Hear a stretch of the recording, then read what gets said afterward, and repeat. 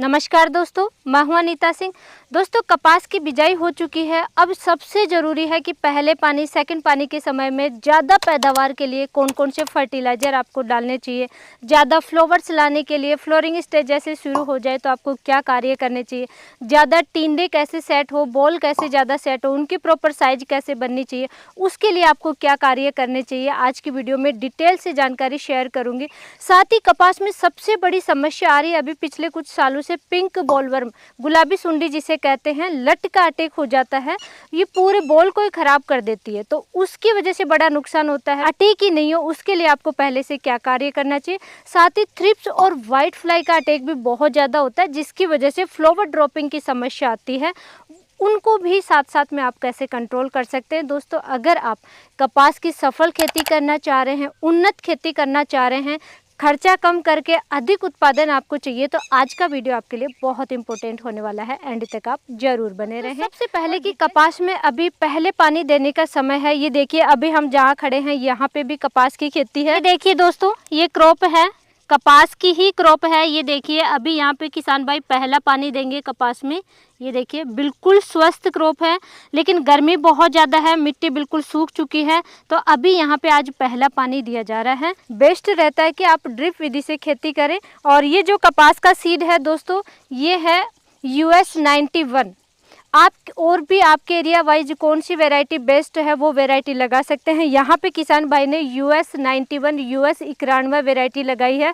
आपके एरिया में आपकी मिट्टी कैसी है, आपका पानी कैसा है, कौन सी स्टेट, कौन से ज़िले से आप बिलोंग करते हैं, उसी वाइज आपको अपनी वैरायटी का सिलेक्शन करना है। ये सबसे पहले विशेष आपको ध्यान रखना चाहिए। अब है दोस्तों कि पहले पानी के समय में आपको कौन से फर्टिलाइजर डालने चाहिए कि खर्चा भी कम हो और आपकी फसल की ग्रोथ अच्छी हो जाए, हरी भरी स्वस्थ क्रॉप रहे। उसके लिए दोस्तों सबसे बेस्ट है, अगर आपने बेसल डोज में यानी बिजाई के समय में कोई भी फर्टिलाइजर डालने हैं, जैसे कि यूरिया, DAP या यूरिया है, SSP है, NPK फर्टिलाइजर है, इस तरीके के कोई भी फर्टिलाइजर आपने डाले हैं, तो पहले पानी के साथ में आपको कोई भी फर्टिलाइजर नहीं डालने हैं। क्यों दोस्तों? क्योंकि अभी गर्मी का समय है, क्रॉप इतनी बढ़वार हुई नहीं है कि वो सारे न्यूट्रिशन अपटेक कर सके। इसलिए सबसे बेस्ट है, 100-150 रुपये का ही खर्चा आपको करना है। नाइट्रोजन, फॉस्फोरस, पोटाश के बैक्टीरिया डालने हैं। उससे क्या फ़ायदा होगा? उससे सबसे बेस्ट रहेगा कि जो आपने फर्टिलाइज़र डाले हैं और उनमें से जो न्यूट्रिशन का अपटेक नहीं कर पाए हैं, पौधे फिक्स हो गए हैं, नाइट्रोजन, फॉस्फोरस, पोटाश के बैक्टीरिया इनको ऐसे फॉर्म में कन्वर्ट करते हैं कि पौधा उनको अपटेक कर सके, तो खर्चा भी कम हो जाएगा और जो आपने पहले फर्टिलाइज़र डाले हैं उनका यूज भी हो जाएगा।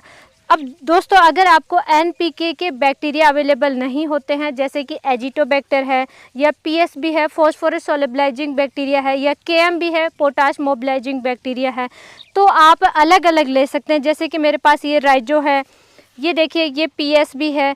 इस टाइप से अलग अलग लेकर के भी आप इस्तेमाल कर सकते हैं। अदरवाइज तीनों का एक ही बोतल आती है, तो वो भी आप इस्तेमाल कर सकते हैं। 500 ml प्रति एकड़ के हिसाब से इस्तेमाल करना है आपको, पानी के साथ में चलाना है। ड्रिप से कर रहे हैं तो सबसे बेस्ट है, अदरवाइज कैसे भी आप पानी चला रहे हैं, पानी के साथ में आपको देना है। स्प्रे नहीं करना दोस्तों, जड़ों में जाना चाहिए। अब दोस्तों, सेकंड पानी के समय में आपको क्या देना है? अभी भी बढ़वार का समय है, ज़्यादा बढ़वार हो उसके लिए आपको सबसे पहले लेना है यूरिया फर्टिलाइजर। यूरिया 4 से 5 kg प्रति एकड़ के हिसाब से लेना है। जिंक जरूर लेना है। जिंक की डिफिशियंसी की वजह से दोस्तों ज़्यादा बढ़वार, ज़्यादा फुटाव नहीं होगा, ज़्यादा शाखाएँ नहीं निकलेंगी, इसलिए जिंक सल्फेट आपको लेना है यूरिया के साथ में 2 kg। हरा भरा रहे, फसल में मजबूती रहे, उसके लिए आपको फेरस सल्फेट भी जरूर लेना है। और एक आपको लेना है मैग्नीशियम सल्फेट। दोस्तों, मैग्नीशियम की कमी भी बहुत ज़्यादा देखी जाती है, विशेष तौर से कपास की खेती में, कपास की फसल में, तो आपको मैग्नीशियम सल्फेट भी 2 kg प्रति एकड़ के हिसाब से लेना है। यानी कि सेकंड पानी, दूसरे पानी के समय में आपको यूरिया 4 से 5 kg, zinc sulphate 2 kg, ferrous sulphate और मैग्नीशियम सल्फेट 2 kg देना है पानी के साथ में। अगर आप स्प्रिंकलर से सिंचाई कर रहे हैं तो पहले आप छिट्टा विधि से डाल दें और फिर पानी चला दें। ड्रिप से चला रहे हैं तो ड्रिप से आप चला दें। अब दोस्तों, ज़्यादा फ्लावर लाने के लिए जैसे ही फ्लोरिंग स्टेज शुरू हो जाए, यानी फ्लावर्स आने लग जाए आपकी क्रॉप में, तभी आपको एक स्प्रे करना है NPK 13-0-45। पोटेशियम नाइट्रेट ये फर्टिलाइजर होता है 1 kg प्रति 200 लीटर पानी में मिक्स करके 1 एकड़ में आपको स्प्रे करना है। और इसके साथ में चिलिटेड जिंक लेना है 100 ग्राम और चिलिटेड आपको मैग्नीशियम लेना है 100 ग्राम। बोरोन भी 100 ग्राम लेना है ताकि ज़्यादा फ्लावर्स आए और फ्लावर ड्रॉपिंग की समस्या नहीं आएंगे, ज़्यादा फल सेट होंगे। तो इस तरीके से ये कॉम्बिनेशन बना करके एक स्प्रे कर देना है आपको। NPK 13045, चिलिटेड जिंक, चिलिटेड मैग्नीशियम और बोरोन का। लेकिन अगर दोस्तों बढ़वार बहुत ज़्यादा हो गई है, जैसा कि आपने पहले पानी के समय में भी यूरिया दे दिया, सेकंड पानी के समय में भी यूरिया बहुत ज़्यादा दे दिया, तो ज़्यादा बढ़वार को कंट्रोल करने के लिए फिर आपको NPK 13045 का स्प्रे नहीं करना है, फिर आपको लेना है NPK 05234।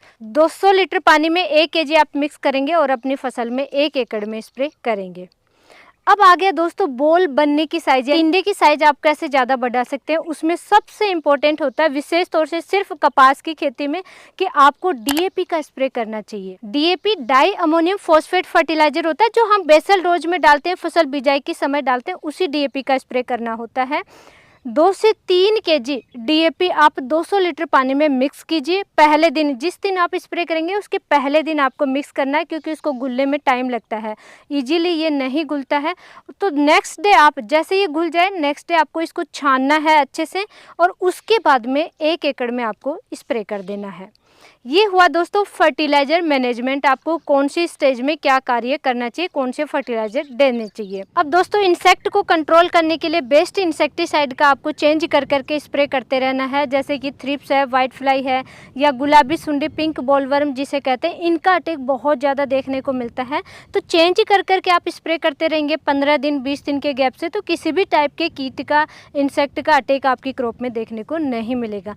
सबसे पहले कि सिर्फ जैसे रस चूसने वाले कीटों का ही अटैक है या फ्लोरिंग स्टेज है, आपको लगता है हनी भी आ रही हैं, मधुमक्खी आ रही है, उनको भी आपको सुरक्षित रखना है, उन पे साइड इफेक्ट नहीं होना चाहिए। तो सबसे बेस्ट है उलाला नाम से इंसेक्टिसाइड आता है, जिसमें टेक्निकल कंटेंट आता है फ्लोनिकामिड 50% WG फॉर्म में। इसका स्प्रे कर दीजिए, आधा ग्राम पर लीटर के हिसाब से घोल तैयार करके अपनी फसल में स्प्रे कर सकते हैं। फ्लोरिंग स्टेज के लिए बेस्ट इंसेक्टिसाइड है अगर सिर्फ रस चूसने वाले कीटों का अटैक है तो। सेकंड दोस्तों, जैसे पिंक बॉलवर्म, गुलाबी सुंडी का अटैक नहीं होना चाहिए, उसको बहुत इफेक्टिव रूप से आपको कंट्रोल करना है, तो प्रोफेनोफॉस का आप स्प्रे करें अपनी क्रॉप में। प्रोफेनोफॉस बहुत सारी कंपनियों का आता है, किसी का भी आप ले सकते हैं। 250 ml प्रति एकड़ के हिसाब से आपको स्प्रे करना चाहिए। और सेकंड नंबर पे दोस्तों साइएंट्रानिलिप्रोल, ये भी बहुत इफेक्टिव इंसेक्टिसाइड है, बेनेविया नाम से आता है।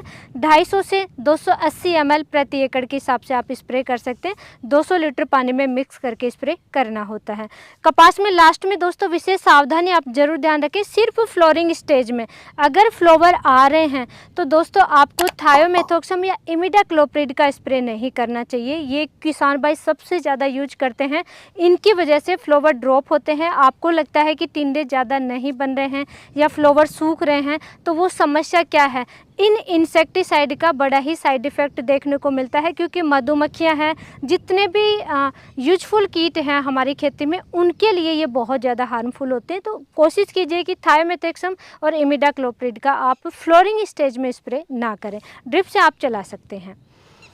और भी किसी भी टाइप की क्वेरी है कमेंट करके हमें ज़रूर बताएं। आज की जानकारी अच्छी लगे वीडियो को लाइक करें, ज़्यादा से ज़्यादा शेयर ज़रूर करें। धन्यवाद।